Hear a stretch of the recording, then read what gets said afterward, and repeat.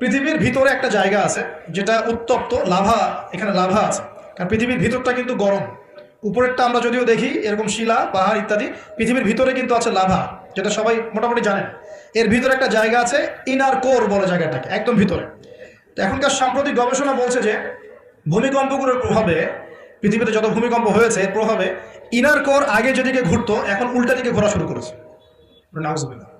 মনে রাখবেন, কিয়ামতের অন্যতম আলামত কিন্তু সূর্য পশ্চিম দিক থেকে উঠবে, আর সময় সংক্ষিপ্ত হয়ে আসবে। নবীজি বলেছেন যে একটা বছর চলে যাবে একটা মাসের মতো, একটা মাস চলে যাবে একটা সপ্তাহের মতো, একটা সপ্তাহ যাবে একটা দিনের মতো, একটা দিন যাবে কেমন, নবী এটাও বলেছেন। নবীজি বলছেন একটা দিন যাবে একটা ঘন্টার মতো। মানে ঘন্টা মানে কি, যে ম্যাচের কাঠি জ্বালাতে যতক্ষণ সময় লাগে এতটুকু সময়ের মধ্যে মিনিট চলে যাবে। আপনাদেরকে নিউজ দেয়, চায়নাকে নাম তো শুনেছেন?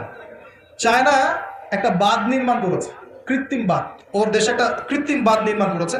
এটা এত শক্তিশালী বাঁধ, ওখানে এত রড সিমেন্ট আর এই ম্যাটেরিয়ালস ইউজ করা হয়েছে, যেটা এই পাকিস্তান, তারপরে ইন্দোনেশিয়া, হ্যাঁ, বাংলাদেশ, এই যে দেশগুলো আছে, এই পুরো দেশটাকে, এই পুরো দেশের একটা বড় অংশকে এই কংক্রিটের নিচে ঢেকে ফেলা সম্ভব। এত বেশি কংক্রিট এখানে ইউজ করা হয়েছে, চায়না ইউজ করেছে, ওরা ইউজ করেছে। এবং বিশাল একটা পানির ফ্লো তারা সৃষ্টি করেছে, কৃত্রিম, এটা কিন্তু ম্যানমেড। তো আমি গতকাল রিসার্চ করতে গিয়ে দেখলাম যে তারা বলছে এই বাঁধটা নির্মাণ করার কারণে পৃথিবীর আর্নিক গতির মধ্যে একটা পরিবর্তন চলে আসছে। মানুষের হাতের কামাই, দেখেন মহাবিশ্বে এমন কিছু একটা হবে যাতে এই পৃথিবীর গতির মধ্যে একটা পরিবর্তন আসবে। একদিন কেমন করে এক বছরের সমান হতে পারে? সাহাবীরা প্রশ্ন করলেন, ইয়া রাসূলুল্লাহ, আমরা তখন নামাজ কেমন করে পড়বো? নবীজি বললেন, অনুমান করে পড়ে নিবে, তোমরা এস্টিমেট করে করে অনুমান করে পড়ে নিবে যে কতটুকু সময় পর পর ওয়াক্ত হচ্ছে। তার মানে সাহাবীরা নামাজে তখনও সচেতন ছিলেন। বিশ্বের সামনে ভয়ঙ্কর কিছু ঘটনা ঘটা এখনো বাকি আছে। বিশ্বটা এমন থাকবে না, এখন যা দেখছেন সব এমন থাকবে না। নবীজি বলছেন জ্ঞান উঠে যাবে যখন, এটা উঠে যাচ্ছে দিন দিন। মানুষকে এখন শেখানো হচ্ছে মানুষ বানর থেকে সৃষ্টি হয়েছে, এগুলো জ্ঞান, এগুলো জ্ঞান। ইসলামের জাজল্যমান ইতিহাসগুলোকে মানুষ ভুলে যাচ্ছে, এগুলো জ্ঞান। মানুষকে শেখানো হচ্ছে সমকামিতা ভালো জিনিস, এগুলো জ্ঞান। সমকামিতা ভালো জিনিস, এটা এটা ব্যক্তি স্বাধীনতা। শেখানো হচ্ছে মানুষকে যে পর্দা এগুলো কুসংস্কার, পর্দা কি কুসংস্কার, এগুলো জ্ঞান। জ্ঞান কাকে বলে? ওয়ায়ুকবাদুল ইলম, মানে জ্ঞান উঠে যাচ্ছে, কবজ করে নেওয়া হচ্ছে। আর দেখেন আরেকটা হাদিস আসছে, আল্লাহ পাক কিন্তু কোরআন হাদিসকে তুলে নেবেন না। একটা হাদিস আসছে, আল্লাহ পাক কোরআন হাদিসকে তুলে নেবেন না, কিন্তু আলেমদের মৃত্যু হবে বেশি বেশি। আলেমদের জান কবজ করার মধ্য দিয়ে আল্লাহ পাক জ্ঞান উঠিয়ে নেবেন। একটু দেখেন না কয়জন আলেম আছে মাঠে, দেখেন তো কয়জন আলেম। আলেম তো অনেকেই আছে আলহামদুলিল্লাহ, কিন্তু বরেণ্য ওলামা যাদের কথা হাজার লক্ষ কোটি মানুষ শোনে, এমন আলেম কয়জন আছে দেখেন।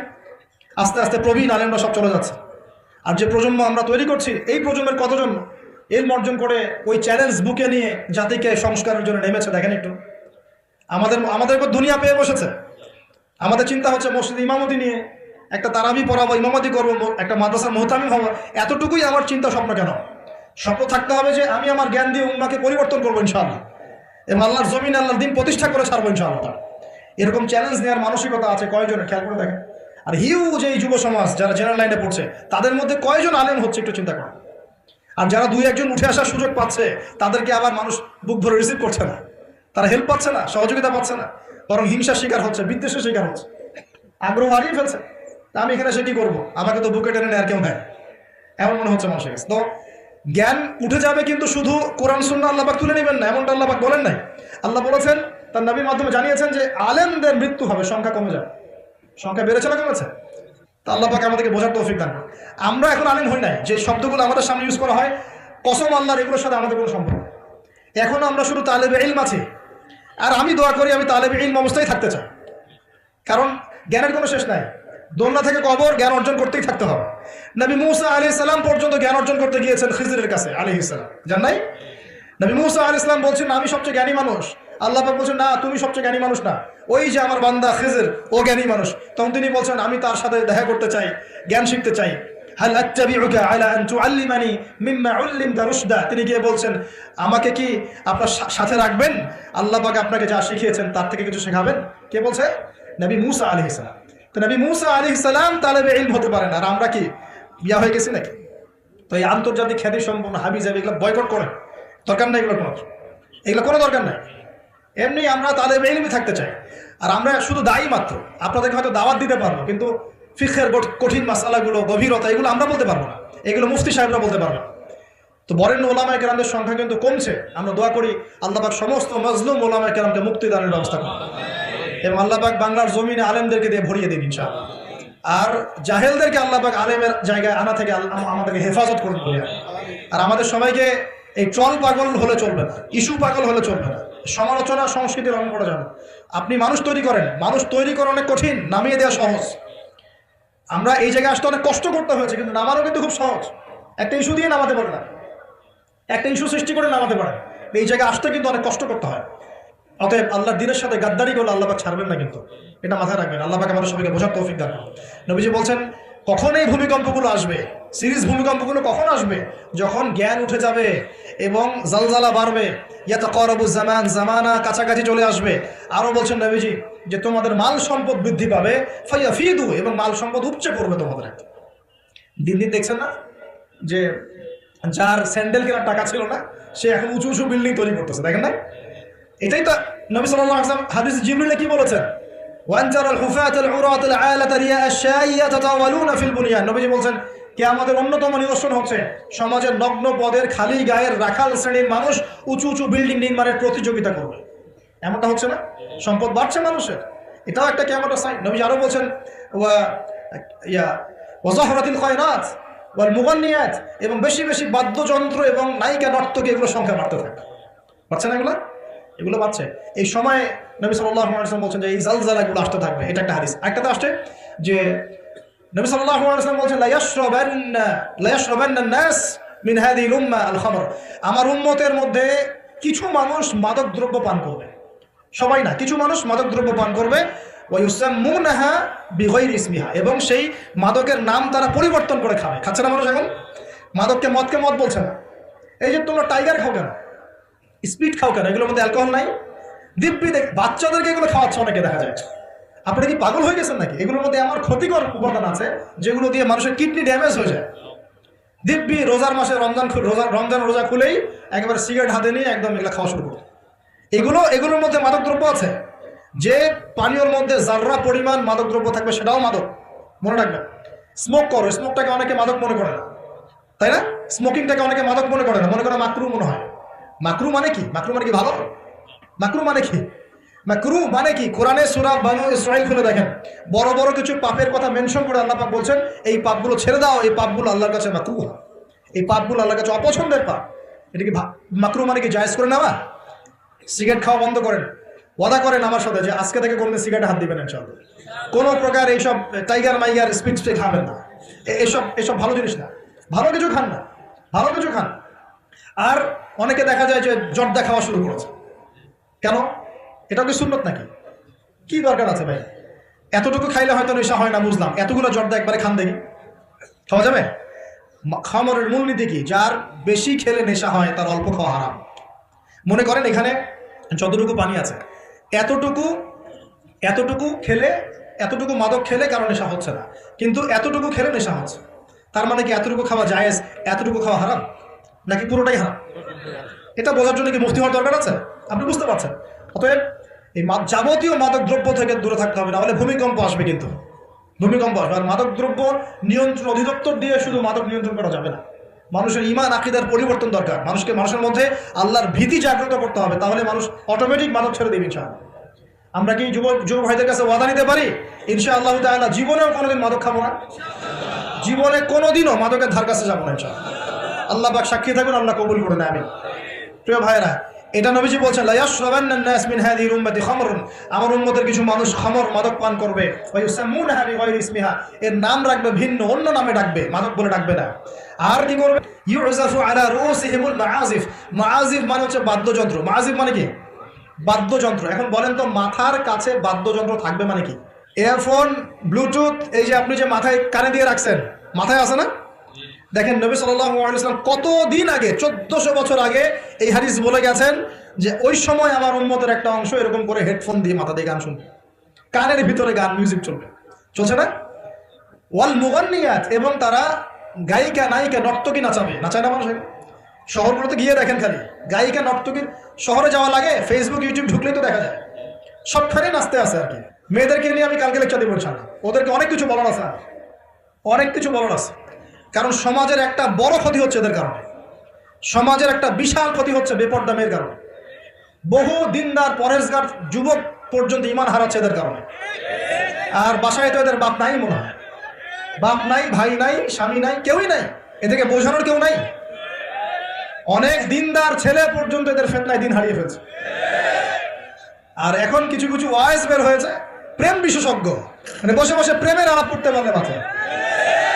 আর এগুলো নিয়ে ট্রল করতে করতে ভাইরাল সব ইউটিউব, ফেসবুক, চুলকা চুলকে সুরসুরি আলাপ করতে ভালো লাগে। এখানে এই হারাম সম্পর্কের ভিত্তি ঘুরাই দিতে হবে। আমি বারবার বলি তোমাদেরকে যে একটা হালাল রিজিকের সোর্স তৈরি করো, তাড়াতাড়ি বিয়ে করে ফেলো। বিয়ে ছাড়া যৌন চাহিদা, লজ্জাস্থানের হেফাজত, এগুলো করার কোনো বিকল্প কোনো পথ নাই, বিকল্প কোনো পথ নাই। যে পথগুলো দেখা যায় এগুলো হতাশা আরও বাড়াই দিবে, এগুলো আপনাকে আরও জানোয়ার বানায় ফেলবে ভিতর থেকে। মেয়েদের ইজ্জত আবরু রক্ষা করা খুব চ্যালেঞ্জের কাজ। মেয়েদের ইজ্জত আবরু রক্ষা করা এত চ্যালেঞ্জ যে কোনো মেয়ে ধর্ষিত হতে পারে। একটা কথা এখন না বললেই পারতেছি না, আমি কিছু রিপোর্ট দেখেছি কিছু কিছু মাদ্রাসায়, কিছু কিছু হিপসখানাতে পর্যন্ত আস্তাগফিরুল্লাহ, যে ছাত্র যারা আছে, ছাত্র, এই ছাত্রদের সাথে এরকম বালাৎকার সমকামিতার কাজ করা হচ্ছে। আমরা বাচ্চাদেরকে পাঠাবো কোথায় তাহলে? এটা আমাদের সাথে হবে কেন? বাচ্চাদেরকে কোথায় পাঠাবো তাহলে? ইউনিভার্সিটিতে গিয়ে তো ধর্ষিত হচ্ছে না? দেখলেন না কয়েকদিন আগে হল নিয়ে কি ঝামেলাগুলো হলো? দেখা গেল না যে বড় বড় নেতাদের মনোরঞ্জন করতে হয়? দেখেন নাই? ইডেনের কথা বলছি, দেখেন নাই? তারপরে বিশ্ববিদ্যালয়ে তো নগ্নতা চলছেই, ফ্রি মিক্সিং চলছেই, জেনা তো ফ্রি, এবং পতিতালয়ে সব 1500-2000 টাকা দিয়ে রাত পার করা যায়। এগুলো ফেসবুক, ইউটিউব ঢুকলেই দেখা যায়। তার মধ্যে আবার চলছে এখন সমকামিতাকে এখন প্রমোট করা হচ্ছে। আবার এখন দেখা যাচ্ছে আস্তাগফিরুল্লাহ, কিছু ধর্মীয় প্রতিষ্ঠানেও সমকামিতা ছড়িয়ে পড়ছে। একটা বাচ্চা সে করেছে ঢাকায়, ওর পোস্টমর্টেম রিপোর্টে দেখা গিয়েছে যে, বলতে পারতেছি না আমি আসলে, ওর পোস্টমর্টেম রিপোর্টে দেখা গিয়েছে যে ছেলেটার যে পিছনের যে রাস্তা আছে না, এখানে যৌন নির্যাতনের চিহ্ন পাওয়া গেছে। কিভাবে বলতাম কথাটা বলেন, আপনাকে বোঝানোর জন্য বললাম। একটা ছেলে হাফেজ হতে গিয়েছে মাদ্রাসায়, তার সাথে যদি টিচার এরকম কাজ করে, এই টিচারকে জাতির সামনে এনে ফাঁসি দেওয়া দরকার। তখন সবার একটা আক্কেল হবে, শিক্ষা হবে। পাপ তো পাবি, আলেম করলেও পাপ, জালেম করলেও পাপ, নাকি ওটা মাফ হয়ে যাবে নাকি? এই ঘটনাগুলো ঘটছে কেন ঘটবে এই ঘটনাগুলো? আল্লাহ পাক আমাদের সবাইকে বোঝার তৌফিক দান করুন। আর এই ঘটনাগুলো ঘটার অন্যতম কারণ হচ্ছে মানুষ ভিতর থেকে এগুলো যখন মোবাইলে দেখা শুরু করে, দেখতে দেখতে দেখতে দেখতে ভিতরটা পশুর মতো হয়ে যায়। তখন শুধু মানুষ না, বাচ্চাকে পেলে করবে, গরু ছাগল। আমি কিয়ামতের আলামতের হাদিসগুলো টুকটাক কিছু গবেষণা করেছি। শেষ জামানার এমন হাদিস আসছে যে মানুষ একসময় গরু ছাগলের সাথে জেনা করা শুরু করে। এই সময়টা কিন্তু আসতেছে সামনে থেকে। এক সময় ছিল মানুষ কি করতো জানেন? পরকিয়া করতো, বউ আছে বাসায়, অন্যের সাথে সম্পর্ক করতো। তারপর দেখা গেল যে প্রেম করে, চুপি চুপি প্রেম করে। আগে ওই সময় চুপচুপ করে চিঠি দিত যে কেউ জেনে না যায়। আস্তে আস্তে সবাই এটা উন্মুক্ত হয়ে গেল, এখন প্রেম করাটা ফ্যাশন হয়ে গেল। আমার 10টা গার্লফ্রেন্ড, আমার 5টা, আমার 2টা, তুই কয়জনের সাথে করছিস, আমি 5 জনের সাথে, তুই কয়জনের সাথে, আমি 2 জনের সাথে, ফ্যাশন হয়ে গেছে, এখন ওপেন। তারপরে আস্তে আস্তে কি হলো দেখেন, বাড়তে থাকবে। এই যুগটা এখন চলে যাচ্ছে, অ্যাভেলেবেল এখন হচ্ছেই। তারপরে এখন একটা যুগ আসলো, মেয়ে, ছোট ছোট বাচ্চা মেয়েদেরকে এখন করা হচ্ছে, ছোট ছোট বাচ্চা মেয়েকে। এই যুগও একসময় চলে যাবে। তারপরে আসবে এমন যুগ, দেখবেন খালি ছেলের সাথে মেয়ের সাথে। এটাও কিন্তু চলে আসছে, ছেলের সাথে জেনা করতেছে না, মেয়ের সাথেও জেনা করতেছে। এরপর কি হবে? নবীজি হাদিসে বলেছেন, এরপর মানুষ ওই গরু ছাগল গবাদি পশুর সাথে জেনা করা শুরু করে। এই খবরও পাবেন, দেখে নিয়েন, আমি বললাম এই খবরও পাবেন যে মানুষ গবাদি পশুর সাথে জেনা করছে।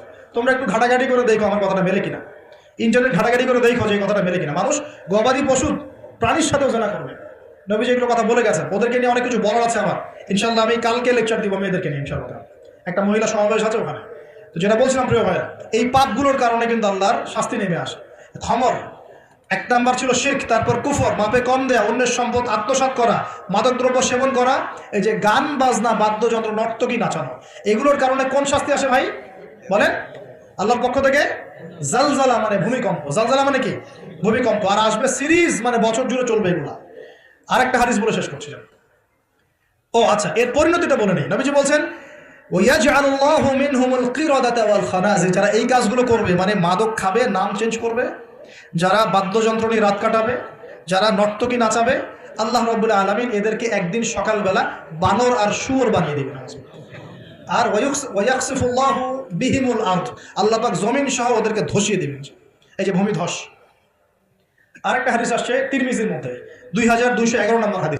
নবী সাল্লাল্লাহু আলাইহি ওয়াসাল্লাম বলেছেন, ইযা তুখিযাল ফাইউদুলান, যখন দেখা যাবে যে গনিমতের মাল বা রাষ্ট্রীয় সম্পদ যেগুলো আছে, বুঝতে পারছেন, গনিমতের মাল রাষ্ট্রীয় সম্পদ এগুলোকে মানুষ ব্যক্তিগত সম্পদ মনে করে খাওয়া শুরু করবে। হয়েছে কি হয় নাই? কথা বলেন। এই সিচুয়েশন আসছে কি আসে নাই? একটা হাতি আসতে থাকে উপর থেকে, হাতি আস্তে আস্তে আস্তে আস্তে মাসি হয়ে যায়, হয় না? এটা হয় কি না? এটা শাস্তি সম্পর্কে আল্লাহ পাক অন্য জায়গায় বলেছেন এবং নবী হাদিসও বলেছেন যে যে যা আত্মসাৎ করবে, যে যা আত্মসাৎ করবে সেটা কিয়ামতের দিন তার ঘাড়ে চাপিয়ে দেওয়া হবে। কিয়ামতের মাঠে উঠে দেখবেন বহু মানুষ কাঁধের মধ্যে রিলিফের টিন নিয়ে বসে আছে, বহু মানুষ কাঁধের মধ্যে রিলিফের গম নিয়ে বসে আছে, বহু মানুষ কাঁধের মধ্যে দেখবেন যে বন্যার্থদের ত্রাণের যে কম্বল, এই যে ত্রাণের বিষয়গুলো কাঁধে নিয়ে বসে আছে, রাস্তার কন্ট্রাক্টরের টাকা পয়সা কাঁধে নিয়ে বসে আছে, বহু মানুষ এই কাজ করবে। এটা হবেই। নবীজি বলেছেন যে যা আত্মসাৎ করবে। নবীজি হাদিসে বলেছেন কেউ গরু নিয়ে থাকবে, গরু, কেউ ছাগল নিয়ে থাকবে, ছাগল। বিশ্বাস করছেন না? হাদিসে গরু ছাগল কথাই আসছে, যে কেউ দেখা যাবে গাদের মধ্যে গরু নিয়ে আছে, কেউ উট নিয়ে আছে, কেউ ছাগল নিয়ে আছে। আমানতকে গনিমত মানে আমানত রাখা হয়েছে, ও খেয়ানত করে ফেলবে, লুটে পড়ে খেয়ে ফেলবে। এটা হচ্ছে কি না? সবচেয়ে সেরা আমানত আমাদেরকে আল্লাহ দিয়েছেন ইসলাম, আমরা সেই ইসলামের সাথে খেয়ানত করছি কিনা বুঝতে পারছেন না? একজন আলেমকে আল্লাহ পাক আমানত দিয়েছেন দ্বীনের জ্ঞান, সে জ্ঞানের সাথে খেয়ানত করছে কিনা? একজন ক্ষমতাসীনকে আল্লাহ পাক দিয়েছেন ক্ষমতা, সে ক্ষমতা দিয়ে খেয়ানত করছে কিনা? একজন পরিবারের কর্তাকে আল্লাহ পাক পরিবার দিয়েছেন, সে পরিবারের মধ্যে খেয়ানত করছে কিনা? সবাই সবার জায়গাতেই খেয়ানত করছে। আল্লাহ পাক আমাদেরকে বোঝার তৌফিক দান করুন। 3 নাম্বার নবীজি বলছেন ওয়াজ-যাকাতু মাগরামান, যখন যাকাতটাকে মানুষ বোঝা মনে করা শুরু করে। যাকাত দিতে চায় না মানুষ, যাকাত নাম শুনলেই দৌড় দেয় পিছন থেকে, যাকাত দিতে চায় না, নামাজ পড়ে যাকাত দিতে চায় না। আল্লাহ পাক আমাদের সবাইকে যাকাত দেওয়ার তৌফিক দান করুন।